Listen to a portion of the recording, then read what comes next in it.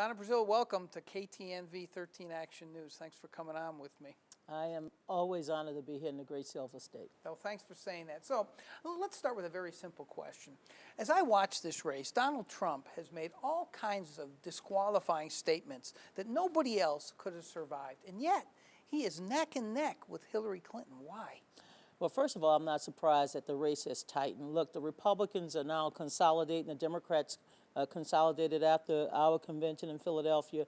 We knew from the beginning that this would be a very, very close race. But the fundamentals of this race, really, I don't believe they've changed. The fact is that Secretary Clinton has really some strategic advantages with what we believe to be the groups that will not just support her, but the groups that will support her strongly.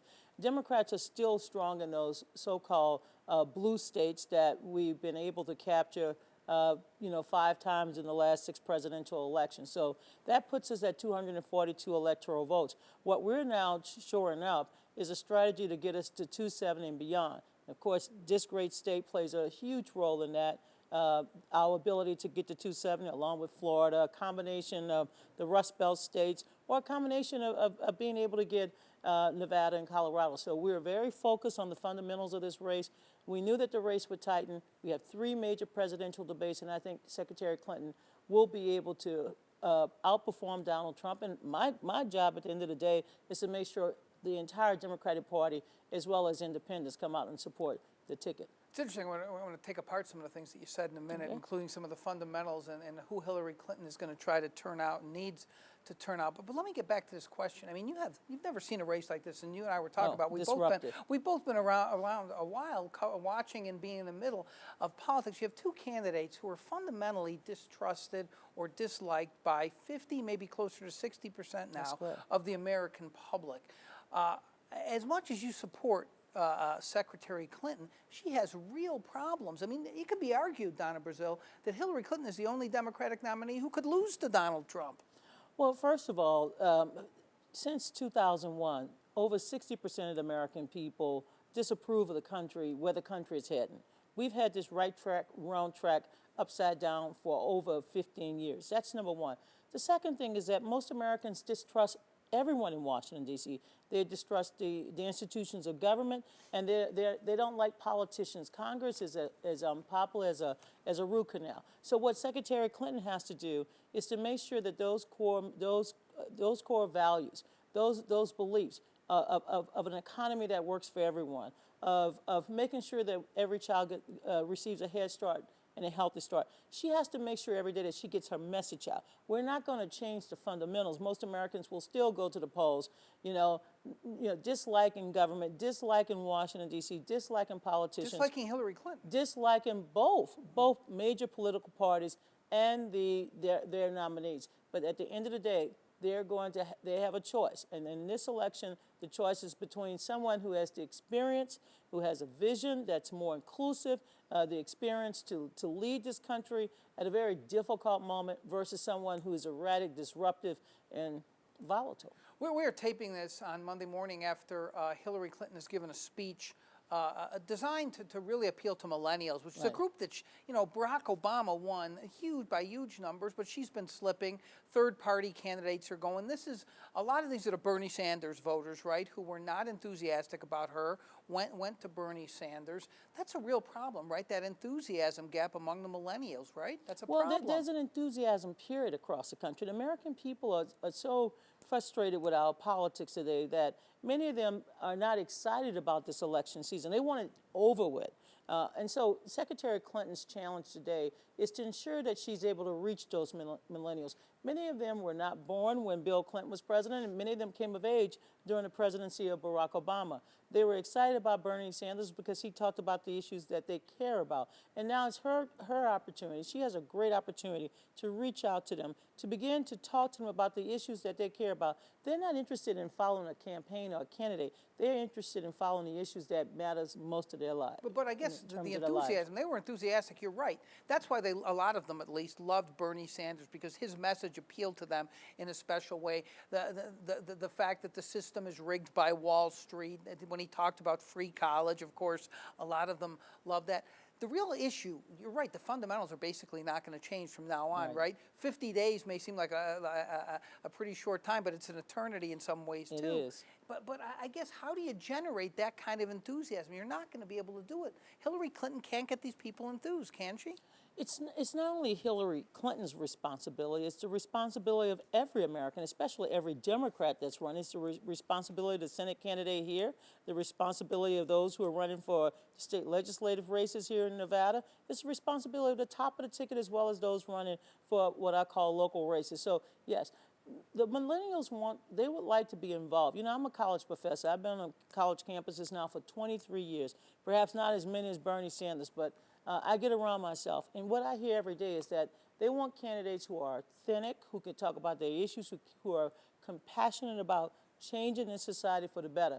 They're worried about their future, and they want to see Secretary Clinton address climate change, the environment, and not just the traditional Democratic issues that we typically talk about every 4 years, but issues that really involve their future, and they want this election to be about them, not the politics of the past. You mentioned Nevada. You mentioned we're a battleground state. Yes, Barack you are. Obama won very decisively in 2008 and won pretty solid victory in 2012. Every reason to think Hillary Clinton should be running very strongly here. Hispanic vote is very strong here, maybe as much as 20% of the electorate. That's correct. She got here very early in 2015, reached out to Dreamers, reached out to that cohort. She's very strong here with African Americans, which may be into double digits as a percentage of the electorate.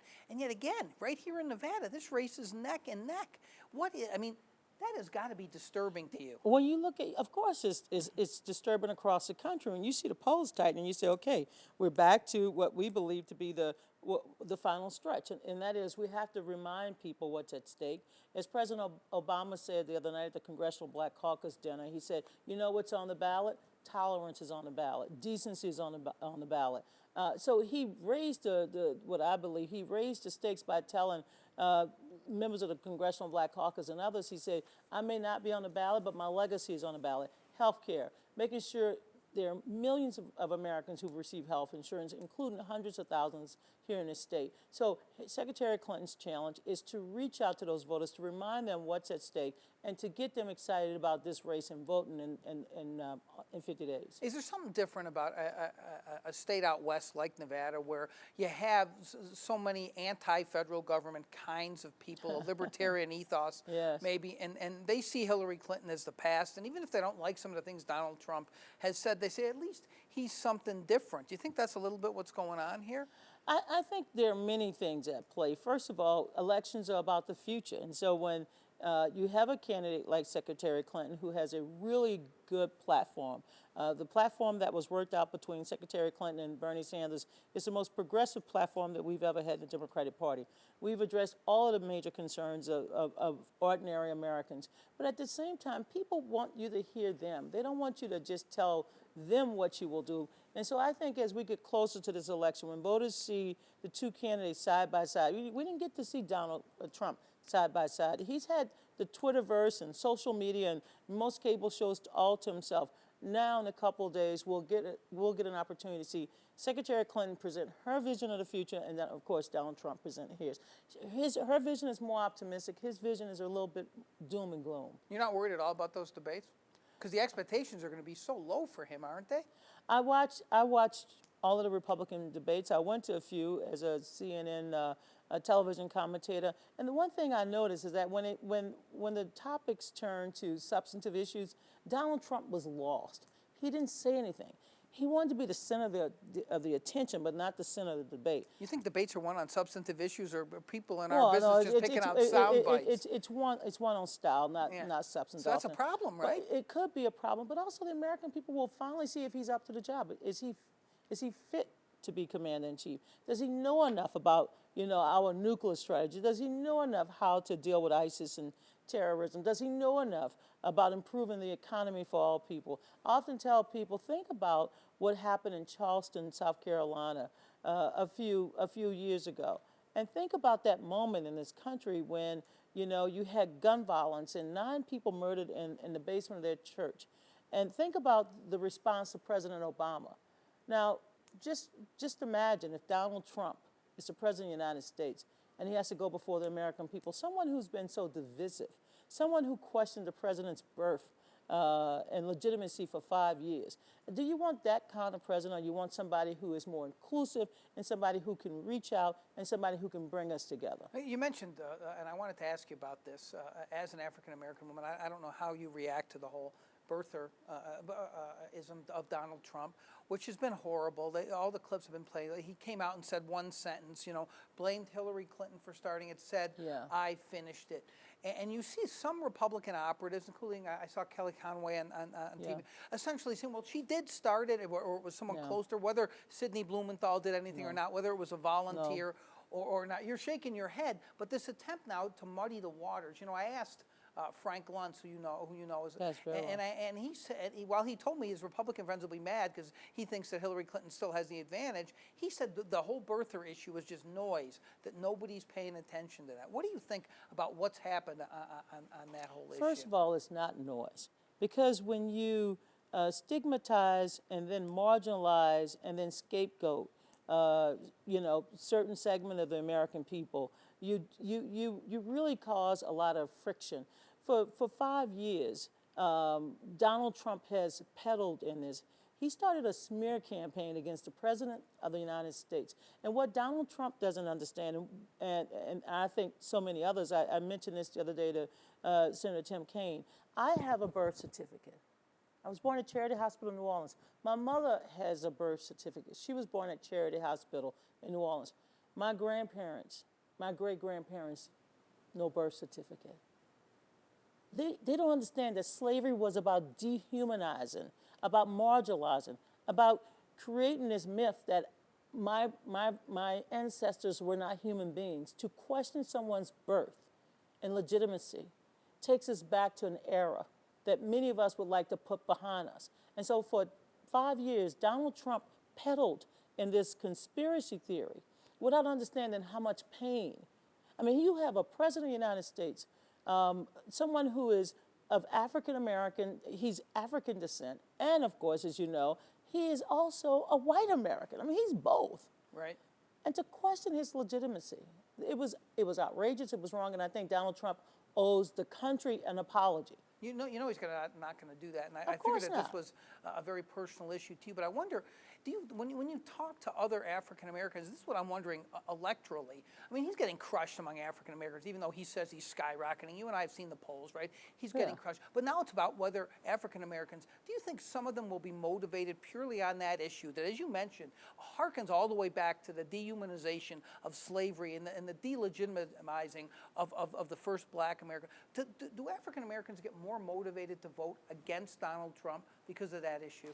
No, they're going to vote this year because they are proud of Barack Obama.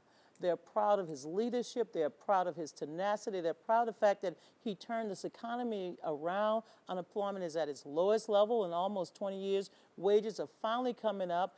Millions of Americans with health care. The job auto industry is coming back. They're proud of his accomplishments. That's why they're going to continue his legacy. A vote for Donald Trump is a repudiation of Barack Obama and his presidency, and I think that will motivate African Americans and many other Americans. I mean, you have many Americans out there.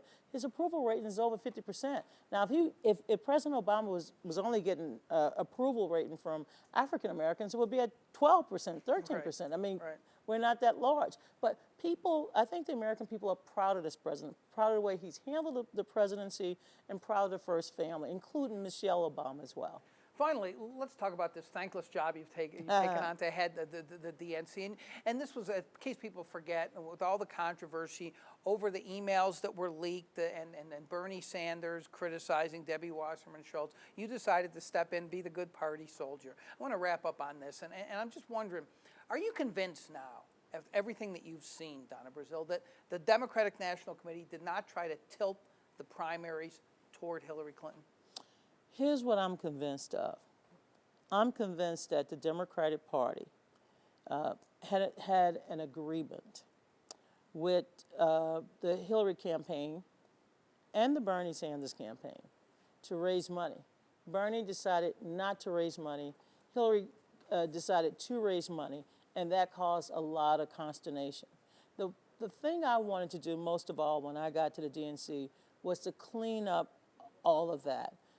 Debbie stepped down, and as you know, I accepted the resignation of the CEO, the CFO, the communications Clearly director. you thought there were problems then. And then, of course, yes, because it was important that some of the comments, some of the remarks that we found on email and some of the other So things do you think I it was just found. some rogue folks talking about, let's do this to Bernie, let's do that, as opposed to some concerted effort? I mean, I it found was no Jim. effort. Let me tell you what I told Bernie Sanders. Bernie Sanders and I go back to the 1984 Jackson campaign. I go back to the 1983 with Hillary Clinton. I've known him for 30 years. I've talked to Bernie on multiple occasions. I said, Bernie, if I find cancer, I'm going to get rid of it.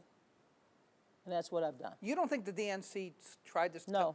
You know, I just want to mention one email that has been put out by WikiLeaks in which, listen, some of these Bernie Sanders people, Go ahead. they really, they've gone after me And by for the things way, the I've written. DNC was a victim of a cyber crime. I understand.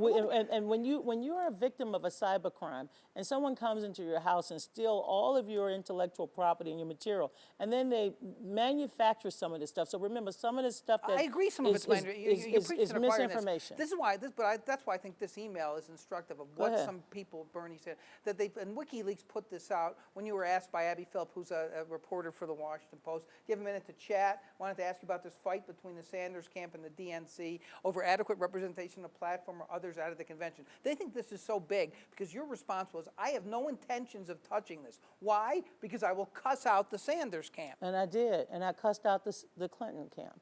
As a vice chair of the party, I have no role in selecting at-large members of the DNC. I have no role in selecting standing committee members. Senator Sanders and Secretary Clinton had a role in that. And you're asking me 5 months after the fact to get involved. They just didn't understand a lot of the rules, did they, Donna Brazile? Isn't that really? The truth is that is correct, because Secretary Clinton and Senator Sanders and Martin O'Malley and, as you well know, Jim Webb and the other candidate, they all had an opportunity to fight for all of these different rules. I was on the Rules Committee, and I can guarantee you Senator Sanders had people at the Rules Committee. So to come to me or anybody else, you know, I'm a Louisiana girl. Cussing is a trademark. Let's just say go to hell. Yeah, I get that. So can it be put back together? Final question. I love my party. My party has done so much for so many, and I feel obligated as an American and someone who grew up in the segregated Deep South to give back to a party that has given me so much, my community, my country, of course, but to serve with distinction and honor. And as you know, when this election is over with, I'm going to call a meeting and make sure that somebody can replace me. I bet you're going to do that. Donna Brazile, pleasure It's having always you. a Thanks pleasure for to coming. see you. All right, Thank thanks. you.